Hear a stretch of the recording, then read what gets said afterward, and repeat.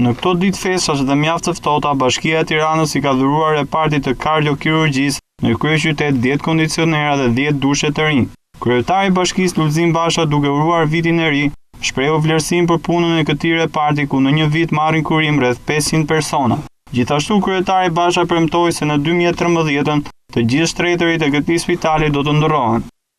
Por duke marrë shkas nga cilësia e lartë e shërbimit që ofrojnë këta mjek profesionistë, një pjesë e mirë të cilëve trajnuar në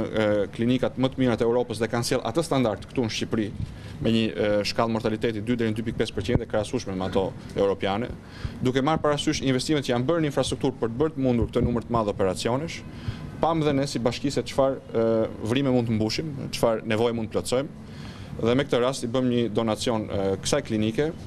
prej 10 kondicionerësh dhe 10 dushesh për fazën e rehabilitimit pacientëve që dalin nga dhomat e operacioneve. Basha gjatë vizitës së tij dhe diskutimeve që pati me mjekët dhe pacientët, shprehu gatishmërinë për të ndihmuar me aq kompetenca që bashkia ka për të ndërhyrë në zgjidhjen e këtyre problemeve.